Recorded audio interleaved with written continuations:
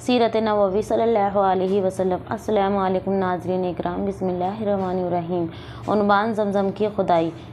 बिस्तर पर सो रहा था कि वही शख्स फिर आया और बोला, ज़मज़म को खोदो। मैंने उससे पूछा, ज़मज़म क्या है? उस बार उसने कहा, ज़मज़म वो है जिसका पानी कभी ख़त्म नहीं होता, जो हाजियों के बड़े बड़े मजमुओं को सैराब करता है। अब्दुल मुत्तलिब कहते हैं कि मैंने उससे पूछा, ये कुआं किस जगह पर है? उसने बताया, जहाँ गंदगी और खून पड़ा है और कौवे ठोंगे मार रहे हैं। दूसरे दिन अब्दुल मुत्तलिब अपने बेटे हारिस के साथ वहाँ गए। उस वक्त उनके यहाँ यही एक लड़का था। उन्होंने देखा वहाँ गंदगी और खून पड़ा हुआ था और एक कौवा ठोंगे मार रहा था। इस जगह के दोनों तरफ बुत मौजूद थे और ये गंदगी की और खून दरअसल उन बुतों पर कुर्बान किए जाने वाले जानवरों का था। पूरी निशानी मिल गई तो अब्दुल मुत्तलिब गदाइला ले आए और खुदाई के लिए तैयार हो गए। लेकिन उस वक्त कुरैश वहां आ पहुंचा। उन्होंने कहा, अल्लाह की कसम, हम तुम्हें यहाँ खुदाई नहीं करने देंगे। तुम हमारे उन दोनों बुतों के दरमियान कुआं खोदना चाहते हो जहाँ हम उनके लिए कुर्बानियाँ करते हैं। अब्दुल मुत्तलिब ने उनकी बात सुनकर अपनी बेटे हारिस से कहा, तुम इन लोगों को मेरे करीब न आने दो। मैं खुदाई का काम करता रहूँगा, इसलिए कि मुझे जिस काम का हुक्म दिया गया है मैं उसको ज़रूर पूरा करूँगा। कुरैश ने जब देखा कि वो बाज आने वाला नहीं तो रुक गए। आखिर उन्होंने खुदाई शुरू कर दी। जल्द ही कुएं के आसार नज़र आने लगे। ये देखकर उन्होंने अल्लाह अकबर का नारा लगाया और पुकार उठे, ये देखो, ये इस्माईल अलैहिस्सलाम की तामीर है। जब कुरैश ने ये देखा कि उन्होंने कुआं तलाश कर लिया तो उनके पास आ गए और कहने लगे, अब्दुल मुत्तलिब, अल्लाह की कसम, ये हमारे बाप इस्माईल अलैहिस्सलाम का कुआं है और इस पर हमारा भी हक है, इसलिए हम इसमें तुम्हारे शरीक होंगे। ये सुनकर अब्दुल मुत्तलिब ने कहा, मैं तुम्हें इसमें शरीक नहीं कर सकता, ये मुझे अकेले का काम है। इस पर कुरैश ने कहा, तब फिर इस मामले में हम तुमसे झगड़ा करेंगे। अब्दुल मुत्तलिब बोले, किसी से फैसला करवा लो। उन्होंने बनु साद इब्ने हज़ीम के कहना से फैसला करवाना मंजूर किया। ये काहिना मुल्क शाम का बलाई इलाके में रहती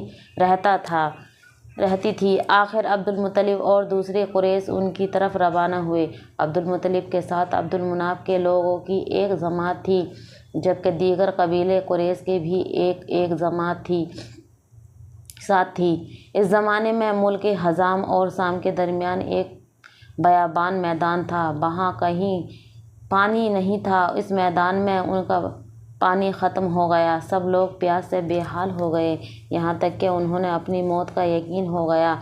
उन्होंने कुरैश के दूसरे लोगों से पानी मांगा, लेकिन उन्होंने पानी देने से इनकार कर दिया। अब उन्होंने इधर उधर पानी तलाश करने का इरादा किया। अब्दुल मुत्तलिब उठकर अपनी सवारी के पास आए। जो ही उनकी सवारी उठी, उसके पाँव के नीचे से पानी का चश्मा उबल पड़ा। उन्होंने पानी को देखकर अल्लाह अकबर का नारा लगाया।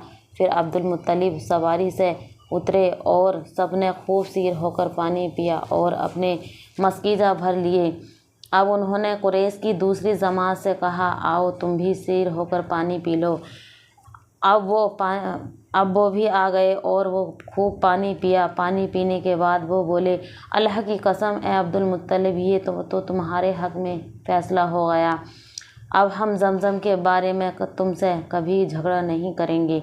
जिस ज़ात से तुम्हें इस बयाबान में सैराब कर दिया, वही ज़ात तुम्हें ज़मज़म से भी सैराब करेगा, इसलिए यहीं से वापस चलो। इस तरह कुरैश ने जान लिया कि अल्लाह ताला अब्दुल मुत्तलिब पर मेहरबान है, लिहाजा उनसे झगड़ा करना बेसूद है और काहिना का पास जाना का कोई फ़ायदा नहीं। चुनांचे सब लोग वापस लौटे। वापस आकर अब्दुल मुत्तलिब ने फिर कुएं की खुदाई शुरू की। अभी थोड़ी सी खुदाई की होगी कि माल दौलत और तलवारें ज़र और निकल आए और उसमें सोना और चांदी वगैरह भी थी। ये माल दौलत देखकर कुरैश के लोगों को लालच ने आ घेरा। उन्होंने अब्दुल मुत्तलिब से कहा, अब्दुल मुत्तलिब, इसमें हमारा भी हिस्सा है। ان کی بات سن کر عبد المطلب نے کہا نہیں، اس میں تمہارا کوئی حصہ نہیں، تمہیں انصاف کا طریقہ اختیار کرنا چاہیے، آؤ 500 کے تیروں سے کرا ڈالیں۔ انہوں نے ایسا کرنا منظور کر لیا۔ 2 تیر کعبے کے نام سے رکھے گئے، 2 عبد المطلب کے اور 2 قریش کے، باقی لوگوں کے نام کے۔ پاسے پھینکا گیا تو مال اور دولت کعبے کے نام نکلا، تلواریں اور زر عبد المطلب کے نام اور قریش کے نام کے جو تیر تھے وہ کسی چیز پر نہ نکلے۔ اس طرح فیصلہ ہو گیا۔ عبد المطلب نے کعبے کے دروازے کو سونے سے سجا دیا۔ زمزم کی کھدائی سے پہلے عبد المطلب نے دعا مانگی تھی کہ اے اللہ، اس کی کھدائی کو مجھ پر آسان کر دے، میں اپنا ایک بیٹا تیری راستے میں ذبح کروں گا۔ اب جب کہ کنواں نکل آیا تو انہیں خواب میں حکم دیا گیا اپنی منت پوری کرو، یعنی ایک بیٹے کو ذبح کرو۔ میری ویڈیو کا پارٹ نمبر 1 پہلے میں نے سنا دیا ہے، میرے چینل پر موجود ہے، وہ سننے کے لیے میرے چینل پر جائیں۔ ویڈیو اچھی لگے تو لائک شیئر کریں۔ اوکے بائے، اللہ حافظ۔